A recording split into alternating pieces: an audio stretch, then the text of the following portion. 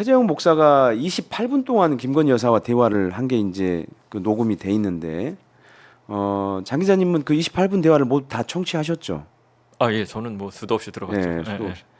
그 28분 대화 내용이 뭐 이미 이제 보도를 하긴 했습니다만 그 주요 내용이 뭔가요? 예, 가장 충격적인 건 뭐 본인이 이제 대통령이라고 생각하시고 그걸 스스럼 없이 본인을 대통령이라고 이렇게 얘기하는 것들이 처음 들었을 때 가장 충격적이었죠. 이게 이제 우리가 갖고 있던 의심이 아니라 이게 사실이구나. 그러니까 그 의심은 김건희 여사가 해외 순방을 가서 마치 자신이 대통령인 것처럼 자꾸 가운데 대통령이 있는 자리에 꼭 자기가 가려고 하고 영부인은 없는 자리에 뭐 예를 들면 의장대 사열 같은 게 대표적이죠. 그렇죠. 각국의 원수들만 하는 건데 거길 꼭 따라가거나 따라가려고 하다 제지당하죠. 뭐 이런 것들.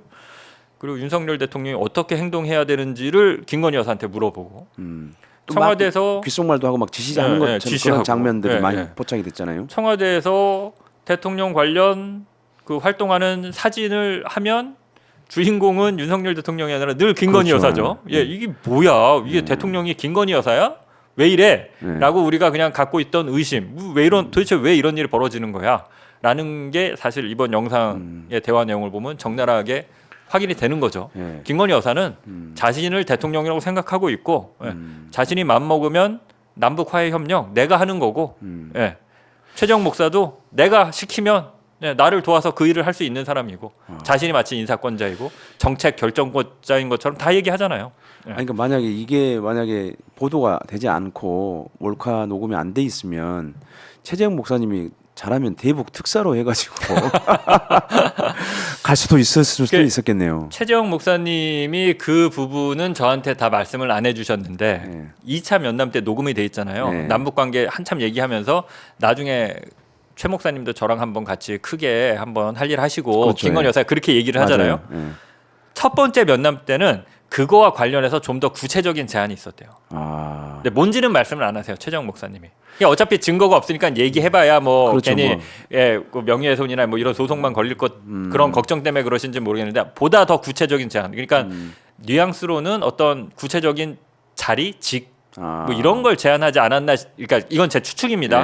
하는데 저랑 같이 함께 큰일 한번 하시죠. 이게 보다 구체적인 제안이 오히려 1차 면담 때 있었다고 해요. 그러니까 뭔가를 아마 제시한 것 같은데 영부인이 그렇게 할 수 없잖아요. 그렇게 해서도 안 되고. 그렇죠. 사실 인사권은 대통령한테 있는 거고요. 뭐 자리라고 하더라도 그건 다 대통령의 인사권과 관련된 거거든요. 근데 대화 주제 자체가 그래요. 그러니까는 영부인은 민감한 대화 주제는 본인이 피하죠. 누가 물어봐도 피해가야지 맞잖아요. 보통은 다 피해야죠. 본인이 먼저 시작을 해요. 지금 정국과 시국에 대해서 어떻게 생각하시냐. 자신이 주도적으로 얘기를 해요. 그 이명수 기자 7시간 녹취록도 보면 그렇죠. 조국 장관이 정경심 교수가 구속되는 거에 대해서 구속될 만하다. 구속 안 될 수 있는데 본인들이 자초한 거다. 막 이런 식으로 자기가 검찰총장인 것처럼 막 얘기하잖아요. 사실 그런 정도의 얘기는 검찰총장이 그렇게 얘기해도 문제가 되는데 그렇죠. 와이프에 대한 김건희 여사가 그때부터 이미 자기가 검찰총장이고 마치 그게 자기 판단인 것처럼 남편한테 들었는데 이랬대요가 아니라 그건 그래서 그런 거예요. 이렇게 얘기하거든요. 그러니까 구속된 거예요. 구속 안 될 수도 있었는데 이렇게 했으면 구속 안 됐는데 본인들이 그렇게 행동하니까 구속되는 거 아니에요.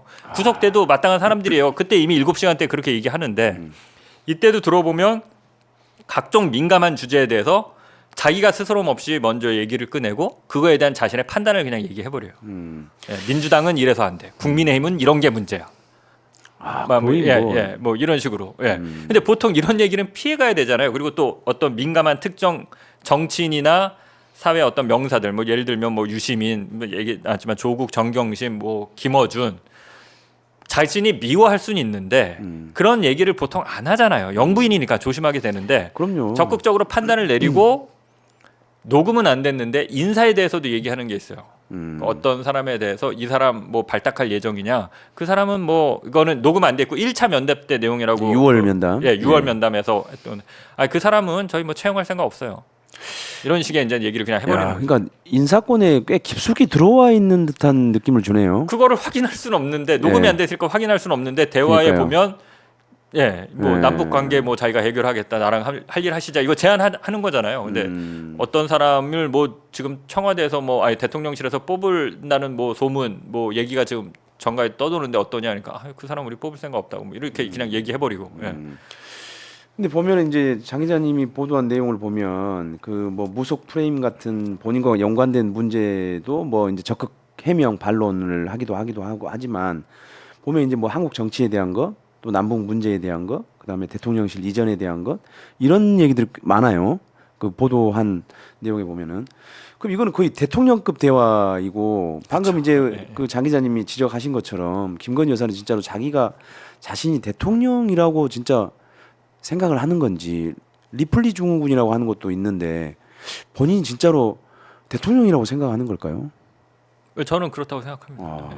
왜냐하면 이게 한두 번 실수가 아니라 이미 여러 차례 지적이 된 거잖아요. 대통령실에서 나오는 그 사진만 갖고도 얼마나 많은 사람들이 계속 언론이나 이런 데서 이거 왜 이래? 이 사진이 왜 이래? 왜 김건희 여사가 주인공이야? 얘기했고 늘 가운데 김건희 여사가 있고 윤석열 대통령은 저 뒤에 가려져서 안 보이는 사진들이 바보가 아닌 이상 그걸 알 거 아니에요. 그런 비판이 있다는 걸. 그런 비판이 있다는 걸 알면서도 한 거고 7시간 때 이미 내가 정권 잡으면 거긴 무사하지 못할 거야 라는 얘기가 문제가 됐잖아요. 예.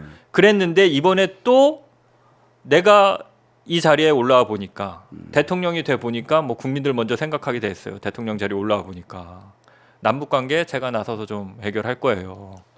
이게 처음 이런 일이 벌어진 거면 실수거나 아, 저 사람 캐릭터가 좀 그런 건가라고 할 텐데 이미 여러 차례 지적이 들어갔는데도 고치지 않고 있다는 거는 그거는 그렇게 생각할 수밖에 없는 거 아닌가요? 예, 그걸 고칠 생각이 없는 거죠. 그리고 내가 대통령처럼 행동하지 않으면 안 돼. 대한민국은 거의 그렇게 생각하시니까 그런 거 아닐까요? 그러면 장 기자님은 그 28분 대화 중에 그러니까 여러 번 들으셨다고 하셨는데 그 중에 가장 충격적이었던 발언은 뭐였어요? 저는 그냥 대통령 자리에 올라와 보니까 국민들 먼저 생각하게 되더라고요. 아 대통령 자리에 올라와 보니까 국민들 먼저 생각하게 되더라고요. 아 그러면 진짜 본인이 대통령이라고 생각하는 안, 화법이네요. 예, 안 하면 어떻게 그런 말을 합니까? 예. 저는 개인적으로 이제 충격받았던 거는 내가 남북 문제에 대해 나설 생각이다. 예. 이거였거든요. 제가, 예. 그러니까 이거는 뭐 남북 문제라고 하는 거는 사실상 거의 대통령의 정부의 영역 권한에 해당되는 거거든요. 근데 본인이 영부인이 아무런 공적 권한이 없어요, 사실은. 좀 권한이 없죠. 예. 예. 근데 남북 문제에 대해서 나설 생각이다. 이렇게 얘기를 최재형 목사님한테 또 북한을 왔다 갔다 하셨던 북한을 잘 아는 분한테 그런 얘기를 하셨잖아요. 야, 저는 이거야말로 진짜 이거는 진짜 너무 충격적이었어요. 그렇죠. 그러니까 그게 뭐 대통령 자리에 올라와 보니까 그거는 이제 일맥상통하는 거죠. 내가 좀 저에 대한 관심이 좀 끊어지면 제가 나서서 뭐 남북 문제 해결할 생각이다. 근데 이제 두 가지가 드러나는데 일단 여기서는 본인이 대통령이라고 착각을 하고 있는 게 하나 있고 남북 관계는 대한민국 대통령 혼자서 못 해요. 그렇죠. 해결 못 합니다. 네. 그 문재인 정부 때 보셨잖아요. 그렇게 남북 관계 해결하려고 그래도 북미 화해 협력이 안 되면 미국이 그걸 오케이 하지 않으면 남북 관계가 개선될 수 없어요. 한반도는 지정학적 위치 때문에 강대국들이 둘러싸고 있는데 강대국들의 의사를 무시한 채 그 뭐 약소국이라고 표현하면 그렇지만 강대국들에 비해서 국력이 약한 대한민국이 남과 북이 화해한다고 해서 화해가 됩니까? 북한은 이미 그걸 잘 알고 있기 때문에 북한은 남북 관계에 신경을 안 써요. 뭐 아시겠지만 북미 관계가 개선이 그렇죠. 돼야지 그 연장선상에서 그 안에서 예, 그 안에서 그걸 레버리지로 해서 남북 관계가 화해 협력이 가능한 건데 김건희 여사는 그러니까 이건 뭐 무식의 소치라고 보는데 그런 그 국제적인 그런 거에 대한 이해가 떨어지니까 자기가 나서면 남북 관계가 해결되고 더 나아서 뭐 북한 주민을 수용하겠다. 그래서 북한 주민 수용 얘기도 하죠. 야. 큰일 날 얘기죠. 그거 우리 세금으로 다 먹여 살립니까? 어떻게 수용하겠다는 거예요? 북한 주민을.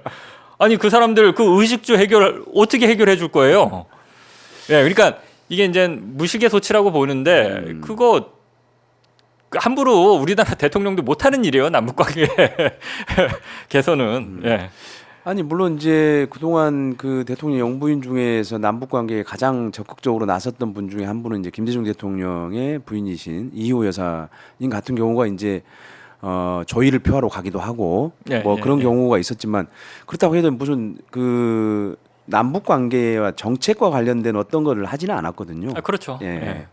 근데 지금 보면 남북 문제에 대해서 나설 생각이다 얘기하는 거 보면 야 정말 본인을 정말 대통령으로 생각하고 있는 거 아닌가라는 생각이 정말 강하게 저는 들었어요. 대통령보다 우월한 존재라고 생각하고 있다. 아. 대통령은 우월한 존재. 예. 대한민국 대통령도 하지 못하는 남북관계 하해 협력을 자기가 나서면 자기는 바로 해결할 수 있는 사람으로 생각하시고 있는 거죠. 예.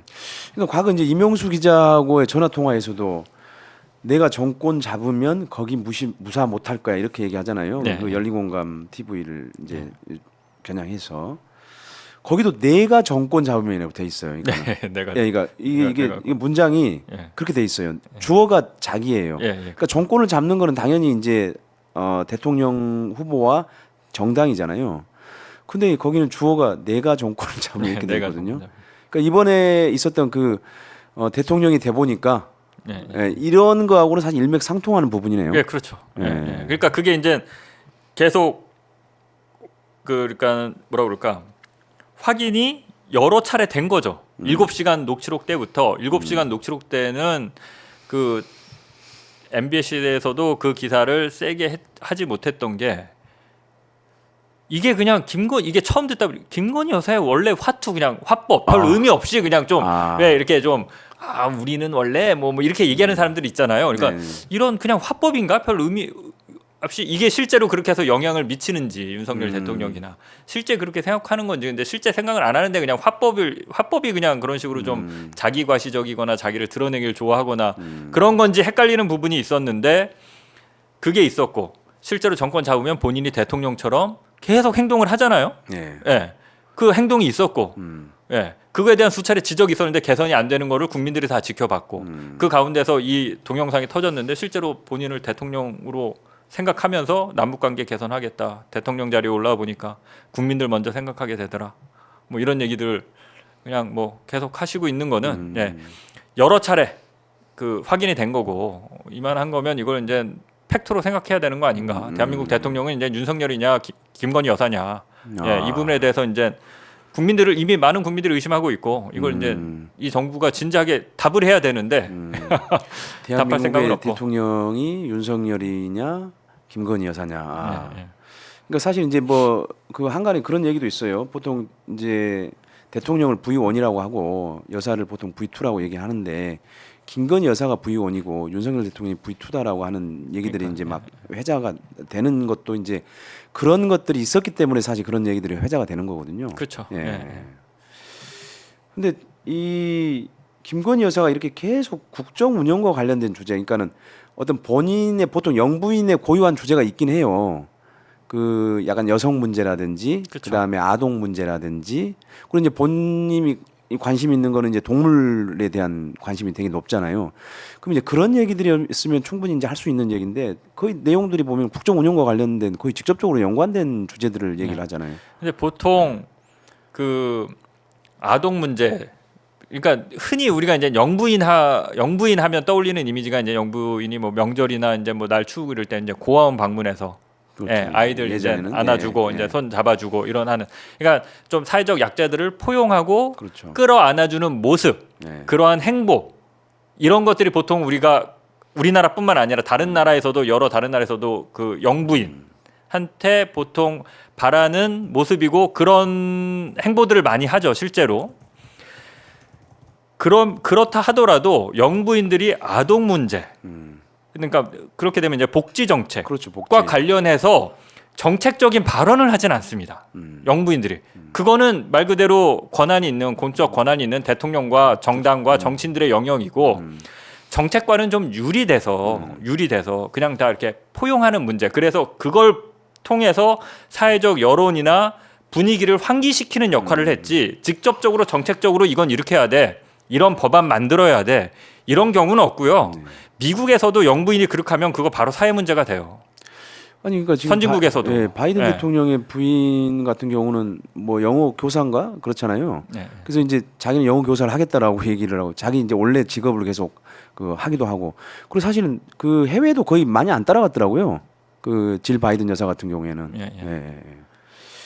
근데 아무튼 그 장 기자님이 보기에 28분 대화에서 김건희 여사의 진짜 문제점이 어떤 걸로 좀 뭐다 이런 게 느껴진 게 있었습니까? 처음부터 끝까지 다 문제죠. 다 문제. 그러니까 목사님이 들어가기 전부터 이제 카톡을 새벽 시간에 그렇게 하는 것도 문제고요. 예. 보안이 뚫린 것도 문제고요. 그 이거 뭐 기사에서는 안 들었지만 그 애티튜드, 그러니까 매너, 예의 범절의 문제. 이게 이제 그 하얀 흰 팔티를 입고 계세요. 목도 이렇게 보면 면티가 목이 좀 늘어난 것처럼 보여요.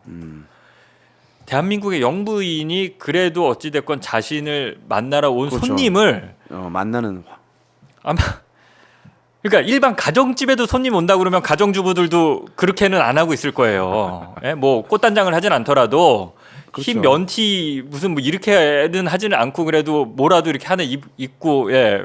남편의 어떤 뭐 직장 뭐 상사가 됐든 뭐 어떤 누가 손님이 온다라고 그러면 자기 친구 정도 아닌 이상은 안 그럴 텐데 야 자기 친구 만났을 때 보통 편하게 예, 그렇게 안 만날 것 같은데 친구 온다고 하더라도 근데 정말 그렇게 해서 그렇게 사람을 대하는데 그거에 대한 의식이 없다는 게 문제예요. 그거에 대한 의식. 그거에 대한 의식을 좀 해야 되는데 이렇게 내가 하면 이게 좀 실수가 될 수 있고 내가 이거 좀 선을 넘는 건가?